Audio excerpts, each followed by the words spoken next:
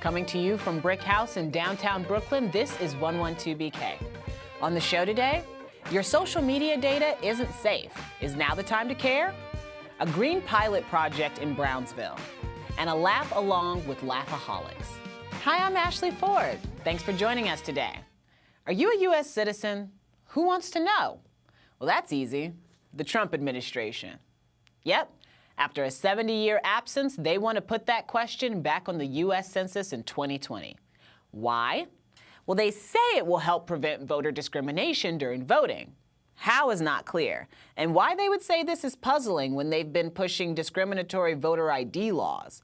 But what it most certainly will do is make it so some people, especially immigrants, decline to participate, which will make the census useless, unless you're a red state Republican hoping to get more seats in Congress. Because the census is used to show population, and from that population, we decide districts and representation. Fewer people in blue states participating is good politics for them, means more districts and more representation, and more years of a majority Congress that likes to take away health care, give tax breaks to the rich, and keep assault rifles on the open market. Hooray! On the show today, we'll talk about the Facebook scandal involving Cambridge Analytica with an author who has repeatedly warned about such unwarranted intrusions into our personal data. Brownsville goes green with solar energy, and our resident Laffaholic will tell us about a live event at BRIC. But first, these things. Bay Ridge State Senator Martin Golden, a Republican, is under fire for the actions of one of his staffers, Anthony Testaverde. On Saturday, he shared Facebook posts comparing Democrats and gun control advocates, including a Parkland survivor, to Nazis. One post showed the survivor with his arm extended with a picture of Hitler superimposed, and the caption, "I knew there was something off about this kid." A second post said, quote, "Democrats are doing exactly what Hitler did. He used the youth to disarm and control the people. This is scary." Yes, it's scary when a person vilifies kids for expressing their First Amendment rights. Kids, mind you, who are fighting against a monolithic special interest and the politicians it holds drunk and hostage. Oh, and let's just stop comparing people to Nazis, unless they're actual Nazis. Golden denounced the post and had it deleted, but his opponents in the upcoming race for his Senate seat have called for Testaverde's firing, saying he shouldn't receive one more dime of taxpayer money. We're awash in development over here on the Flatbush corridor. Skyscrapers rising at alarming rates, new office space and condos opening up almost daily, it seems. Well, Community Board 2 is seeking to stall some of that. They're hosting a meeting to block the construction of 80 Flatbush, a proposed development that will include Brooklyn's tallest building, at least for now. The folks opposed to the project are concerned that the additional 922 residential units will overtax the local infrastructure and that it's simply too big, blocking views of and from the Williamsburg clock tower, and that it's totally out of context in a brownstone neighborhood. The meeting is Wednesday the 28th at 6 p.m. at St. Francis College in Brooklyn Heights. Check it out, listen to the plan, and make up your own mind. Did you see it? A new website just surfaced. The URL is Eric Adams 2021. What does it mean? And what does it say? Well, last things first. It says that Eric Adams was an NYPD cop. Also that he was a cop who cared about the community. That he was state senator and the borough president. But okay, we know that. Why is there a website telling us this? 2021. There's a clue. Still not quite sure though, Eric, if this came from you. Can you spell it out for us? Oh, maybe he did.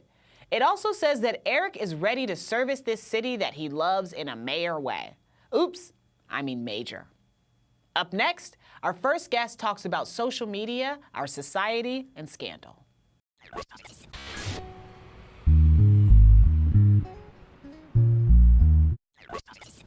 A couple weeks back, we had a conversation with an author and journalist who proposes getting rid of social media. He wrote a book about it. He said the price we pay in terms of surveillance and the weaponization of our data is too high. And this was before the story broke about the open breach of data from 50 million Facebook users by Cambridge Analytica that was used by Trump surrogates in an attempt to influence voters. So we invited him to come on again to talk about the latest developments and see if any of this came as a surprise to him. Jacob Silverman, welcome back to 112BK. Thank you. So let's just start at the beginning. Can you catch people up real quick for our listeners? Because I know we had you on just a couple weeks back. We had already gotten kind of into this conversation about sort of like the evil potential of social media. And then, like clockwork, boom. All of this about Cambridge Analytica comes out. What do we know so far? Yeah, it seems to be a pretty well-timed story for our purposes. So the Cambridge Analytica story is pretty complicated, but the simpler version, I'd say, is that Cambridge Analytica essentially contracted out with an academic from Cambridge University to help collect all this data on Facebook users. And that academic, he had made this simple personality test, which he put on Facebook, and he also paid people through Amazon's Mechanical Turk service to take this test. And the real important feature of this is that once he got people to take the test, this was back in 2011, 2012, he could then collect information about those people's friends. So that's how about 300,000 people taking the test turned into 50 million profiles that they had information about. And so for a while, this was Facebook policy that if you had an app connected to the Facebook platform, you could collect lots of information about not only about users, but about their friends. And this is the sort of breach, some people call it a breach, some don't, or sort of the hole that Facebook supposedly plugged in its data privacy structure. This is really interesting. Like, that is really interesting when I read about the fact that somebody else could take this personality quiz through Facebook, but being paid through Amazon, and that then they would have access to other people's information. Now, I know that there's been some conversation around the word breach, because if people are handing over their information to these third parties, is it a breach or is it just the information that they have? But if someone, someone who I friended on Facebook 10 years ago at, some camp, you know what I mean? They take a test and now they have my information. Is that not a breach? I would say so. I mean, it's certainly undermining people's privacy. Right. We also have to look at this issue of data privacy is not just about what you put into the system or what you post and who sees your posts. It's about what you described about this information being collected about you, often against your will. And it's just such a complicated world and kind of an unknown world that even when users have privacy controls in Facebook or have very granular privacy controls, it's really hard to prevent against this kind of thing. Yeah, obviously.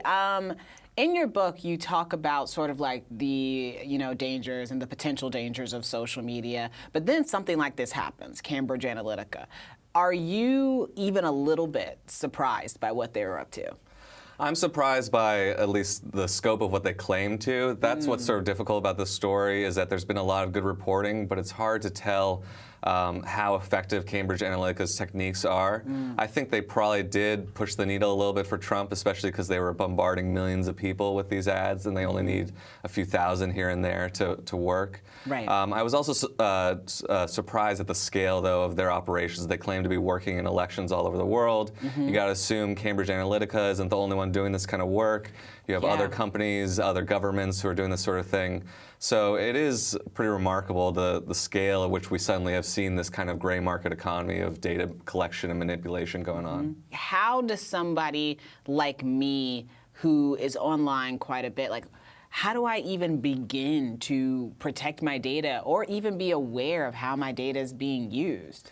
It's almost impossible in some ways. I mean, there are things you can do. You can get from the Electronic Frontier Foundation, which is a good digital privacy and rights organization. They have something called the Privacy Badger, which is sort of a test you can take to check out how safe you are online, if you're kind of leaking data behind you as you go. There are different plugins you can get for your browser. You can go to Facebook's privacy controls and try to lock everything down as much as you can. But one point that I and some other commentators try to make is that we're really all in this together. We're all having data collected about us. Facebook also does something that have been referred to as shadow profiles or dark profiles, where they're collecting information about people who aren't even on Facebook. And companies like Facebook are also making deals with data brokers, buying all kinds of data about people's shopping habits and things like that. So even if you think you're all locked down and you have your whole house in order, you don't necessarily. Talk to me about shadow profiles. Well, there's this notion that Facebook has, it seems, that everyone would want to be part of Facebook if they're not already. And so we just make it easier to kind of accelerate that process by collecting information about them. This is not something they talk about very much. But for example, any website that has a Facebook like button on it is collecting information about who's visiting that website, what they're reading, and what they're doing. So Facebook can even just put together a profile of someone who they've identified with a particular IP address, and they know which websites they're going to and what they're reading. And then maybe later down the road, that person joins Facebook or they sign into their Facebook account. Facebook is often able to put that data together and form a more complete picture of who this person is. Wow. That is a little wild. Yeah, I don't it's think a little I knew frightening. that was the case. Another sort of wild thing that I heard, that Facebook in this situation is working exactly as it was designed to. What do you think very about much that? so. Yeah, I think Facebook is basically linking different partners who want to advertise to certain people with those people they're trying to find. And Facebook has this unbelievable mass of data about people, so they are able to make these very fine-grained distinctions and judgments.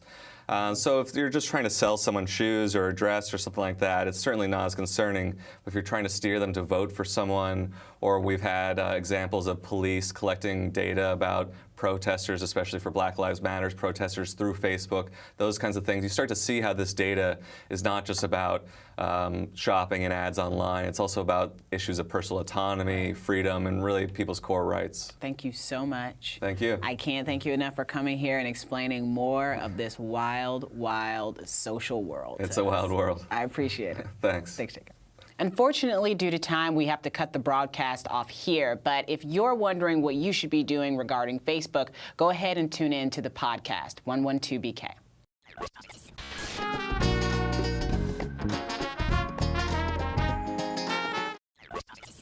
Solarize NYC is a city partnership designed to reduce barriers to solar power in communities that historically have had limited access. They seek to educate on its importance, simplify the process of installation, and reduce prices. Brownsville is one of 3 neighborhoods in the city where pilot projects have already begun. To hear more about it and how solar power makes sense for this part of the borough, we spoke recently to individuals from 2 community organizations that are partnering with the city to bring this to life. Mawuli Hormeku, Executive Director of Nehemiah Economic Development, Incorporated, and Cyrus Smith, Director of Brownsville Think Tank Matters. Mawuli and Cyrus, thank you so much for being here today and talking to us about this exciting project. Thank you. Thank you. Mawuli, can you just start by telling me briefly what Solarize NYC project is? Okay, well, Solarize NYC is essentially the city's campaign in providing access to solar energy to communities that have not gained that access for years. This particular campaign, Solarize Nehemiah, is based in Brownsville. Yes. Right. Yes. Right. Cyrus, talk to me a little bit about Brownsville and why this project uniquely works in Brownsville, or should work. With this initiative here, focusing on the solar paneling, focusing more kind of on the environment, it becomes an environmental issue. And it allows us to get away with some of the social ills that, like are normally associated with Brownsville. So that's why we're excited about partnering, on this initiative here. I love that. And how did Brownsville become Brownsville? How did Brownsville become part of this initiative? If you know about Nehemiah Homes, it was one of the premier affordable homeownership programs. So there are approximately 1,100 Nehemiah homes in Brownsville alone, and they are single-family units. But we are the most concentrated solar viable structured homes probably in the nation. So it's all clustered. So it wasn't planned when they built it in 1984, but they left a gem for us. So what we did, we created the creator, co-creator Malcolm Bliss and I, we created a program to make sure that the youth benefit from Solarize Nehemiah. Can we, okay, let's start in one place first. What is it specifically about the Nehemiah homes that make them so incredibly apt for solarization? So you have a clustered concentration of these homes with pitched roofs going miles, blocks of just nothing but roofs that are viable for solar paneling. Already uniquely there. And then this great opportunity then to involve the youth. Cyrus, can you talk to me a little bit about how that might, invigorate or, just be fantastic for the area to have like this initiative really pay off for the youth? Well, so what brought us into this partnership, I work with as a program advisor for Brownsville Think Tank Matters. Right. And one of our signature programs is the Public Speaking for Social Justice Initiative, where young people research a social justice topic that they're interested in. Oh, wow. When this opportunity was introduced to us, we went and pulled some of the students who participated in our class. We thought that they would be good candidates for the Solar Pioneer Initiative. But this is an economic initiative because there is a But if the education is there, the education component leads to the economic growth and also creates an economic center, which is kind of what I want to talk to you about because when somebody says Brownsville, you don't think necessarily green energy. No. That's not the first thing that comes to your mind. Right. So, potentially what could this mean for Brownsville in becoming, what might be a little bit of like an epicenter, of not just, how these things work, but also people and specifically young people who know how to work with solar power. Right. Well, first of all, I want to say I'm grateful for Sustainable CUNY, I'm grateful for EDC, and I'm grateful for the Mayor's Office of Sustainability because they're bold enough and not afraid to say the next Elon Musk might be from Brownsville or East New York. Because this Solar Pioneer program is a program where we are planting seeds, right, that these young men and women can actually see grow. This is the only program in the nation, and I repeat, in the nation, that involves youth workforce development, education, as well as solar awareness and community engagement all in one. You're never going to get a program like this. We had a solar boot camp 2 weeks ago, 8-hour college course. 25 students showed up, and we were only allowed to pick 5. 9 o'clock, we had 25 Brownsville students, and this is a place where majority of the kids live under the poverty line. 87% of the third graders cannot read on grade level. 10% of the population have college degrees. So we're changing the narrative. We're changing the narrative. What are the goals ultimately of the project? If I was having this conversation with someone right now, I tell them about solarization, I tell them about this opportunity, and they say, okay, but what are they going to do? What are if you have 3 big goals, what are they? Well, the increase the use of solar energy in my community. That's number one. We want to save the community. But my main priority is to save the children, to save the young men and women. So we want to give them preparation for the new job careers in the green industry. That's what I want to do. I want to make sure that they're prepared to handle any opportunity that comes in regards to the solar world. And I think that we're doing that, and we're doing that well. We're doing that well. And one more question for both of you at the end, and I'll start with you, Mawuli, and then I'll ask Cyrus. If there's one thing you want people to know about Brownsville right now, what is it? I would have to say Brownsville has a new narrative. When you have a young man from me who grew up in Mother Gaston, who ended up going to Boston College and Columbia University and has returned back to his community to make sure the young men and women have the same opportunity and even better, we have a new narrative, and that narrative deals more with legacy building and altruism. I love that. I love that. Cyrus? Well said. Honestly, we tell folk, don't believe everything, that you see. So of course, again, I use the term, social ills. So of course the area, has, some challenges, right? I also like to say that the neighborhood is not necessarily under-resourced, but maybe the resources are, they may be mismanaged because there are a lot of opportunities. So I just like to tell folk, let's look at it, like a little differently. Let's manage what we have, better. And then we can change the narrative. I like that. I like that. Well, thank you both for being here. I really appreciate you taking the time. Want to have you back, especially as this program progresses. I'm going to want updates. I'm going to want to know what's going on in Brownsville. So please come back for that. Thank you so much. All right, thank you.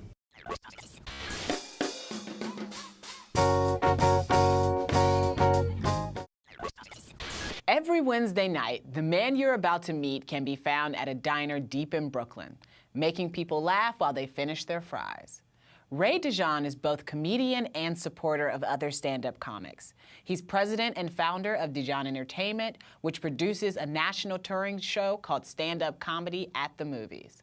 Closer to home, Ray now presents Laffaholics at the Brooklyn Museum every month and runs Brooklyn's first Black-owned comedy club called, you guessed it, Laffaholics. That weekly show at the Lindenwood Diner in East New York is filmed and broadcast on BRIC TV. But this Friday night, March 30th, Laffaholics will be live right here at BRIC House. Yesterday, he stopped by for a preview and some laughs. Let's take a look. Ray, thank you so much for being here today, first of all. Oh, you're welcome. Pleasure to be here, actually. It's our pleasure to have you. Why do you think so many people love to tune in for comedy? Well, comedy, to me, is not a new wave, but I consider it, for me, a new wave drug. It makes you feel good. Yeah. Anything that makes you feel good, if it's done the right way, if you get the right dose, it's going to help. It's going to help you with your day. It's going to help you with your job. It's going to help you with everything. And it's been scientifically proven that laughing is good for your health, your spirit, and your mental. Yeah. That's really interesting that you say your mental health, because one of the things that has happened that I've noticed, especially post-election, is that a lot of my friends have really gotten into like either going to see more live comedy, or like when they want to go to the movies, they want to see something that's going to make them laugh specifically. Like that's what they're looking for. Do you think that this is a really unique time for comedy, especially with this administration? Well, the administration led by Trump actually gives us comedians plenty of material. So if you go to Saturday Night Live, 90% of their content is dealing with Trump specifically. So whenever the country is in a depression, when things are up in arms, when people are not sure of what's going to happen from day to day, comedy is a relief to a lot of people. And I've even noticed, even when 9/11 occurred, I was doing comedy then, and my attendance tripled. Wow. Because people were looking for something to feel good about, some sort of reason to let out whatever that frustration is. And in the Trump era right now, we don't know if we're going to war. We don't know if he's going to be impeached. Right. We don't know if with the arms and the guns and stuff like that, we don't know what's going to happen. Is there going to be a revolution? Right. So folks are looking for a relief, and I really feel like when they go to comedy clubs, it provides that platform. Absolutely. So just to switch gears a little bit, recently Hannibal Buress had his mic cut off for making jokes about sexual abuse within the Catholic Church. Do you have a limit to what you will joke about, or just like some things that are off limits for you as a comedian? The limitations are based on timing. It all depends on when and where and to what audience you're presenting or delivering the joke to. Right. Some things that happen, they're so emotionally, people are so emotionally attached to it. You really have to wait for a while. And then there's some things that are taboo, period. Like you just don't touch it. And I think that Hannibal Buress was in the wrong place, at the wrong time, and he didn't calculate the joke. So you always have to be aware of your audience. You have to be aware of the state of the union that we're in, and you have to be aware of in what way are you presenting it, and is it at the right time. And I think Hannibal Buress just took a step too far at the time, and I think he learned his lesson from it, though. Yeah. And I mean, that kind of is the lesson, right? I used to do stand-up comedy in college for a few years, and it was a lot of fun. Like, I had a lot of fun doing it. But one of the things I learned really quickly was that if something's not funny, the audience will let you know. Like, people don't come and, like, laugh because they wanted to laugh. They come for you to make them laugh. Well, with an expectation, even if the show is free. Yes, even they if the still show have is an free. expectation because you're a stand-up comedian and you're supposed to make us laugh. Right. Depending on the audience, whether it's a mainstream audience or an urban audience, they all react or respond in a different way. Some audiences are quiet and they just stare. And you don't even understand, well, okay, why, what is it? What's and then there's supposed to some happen? urban audiences will boo you. Yeah. Or you'll get a heckler or some guy that drank a little bit too much and just starts yelling something out and he tries to be the comedian in the audience. Yeah, I mean, I've seen that, and it's really interesting how that happens. Comedy is so interesting as far as audience participation, how that works sometimes, for or against the comedian. But you have a live show coming up, really, like with BRIC, and that is March 30th? That's this Friday, March 30th. This Friday, March 30th. Can you tell me a little bit more about that? Yeah, we're maybe 24 episodes in already, and the team and I, Justin, Kai, Aziz, we spoke about it and decided that we should do a special. Right. Since we've done 4 or 5 seasons, let's make it special. Let's invite a studio audience in, and let's go into our state-of-the-art studio, which BRIC. It's a 7-camera shoot. I'm so excited about it. Right. So we'll get all angles of the show. So I carefully picked a universal lineup, so to speak. I have a Puerto Rican on it. I have a Dominican, an African American. I have 2 young ladies. One young lady, her name is Nikki Carr. She came in 2nd place in the last comic standing. Wow. And that was the last season that they did. Another gentleman named Talent, he's done a couple of movies, Sunset Park. He was one of the original hosts of Def Comedy Jam. What? Yeah, I've got some really good talent on the lineup. And then there's some that are new. Right. So I try to blend it, give comedians an opportunity so they can link with some that are seasoned and they learn from it. And plus it's an opportunity for them to be, on television and be able to have a tape so they could submit to other agencies or shows and maybe get picked up. And so go to BRIC for information for people who want to come see the show. The BRIC website, bricartsmedia.org. Right, you can do that. And I believe we have an event, right? But at this point, 370 people have reserved already. So some people will be out here on the street. Yeah, some of y'all gonna be out here trying to watch it. That's okay. That's okay. Well, thank you so much for being here. I can't tell you how amazing this has been. We have just a little bit of time left. Could you tell us your favorite joke real quick? Oh, I'm glad you said that because my mom passed away 2 years ago, and some jokes are called stock jokes, where you can go online, but then you kind of change it up and make it your own. So I'm Puerto Rican and Dominican. I'm Puerto Rican and Haitian. That makes me Dominican. Right. So when my mother came to this country, she didn't speak no English. A lot of times you listen to Latino people, they speak with a heavy dialect. So I told my mom, we want to give you a GED for speaking English as a 2nd language. All you got to do is put the colors green, pink, and yellow in a sentence. But make sure that the word means what it is. She was like, okay, cuando I go home, my teléfono green, I pink it up and say yellow. I love that. That's a Latino for you. I love that. I'm here for that. Thank you so much, Ray, for being on the show. I hope some people come out. Well, you already know people are going to come out, and some of them are going to be on the steps. But I hope you guys have an amazing time. I'm excited about it, and thank you very much for having me. I appreciate it. Thanks for joining us today. We'll be back tomorrow to talk about racial and economic justice with the Transgender Law Center.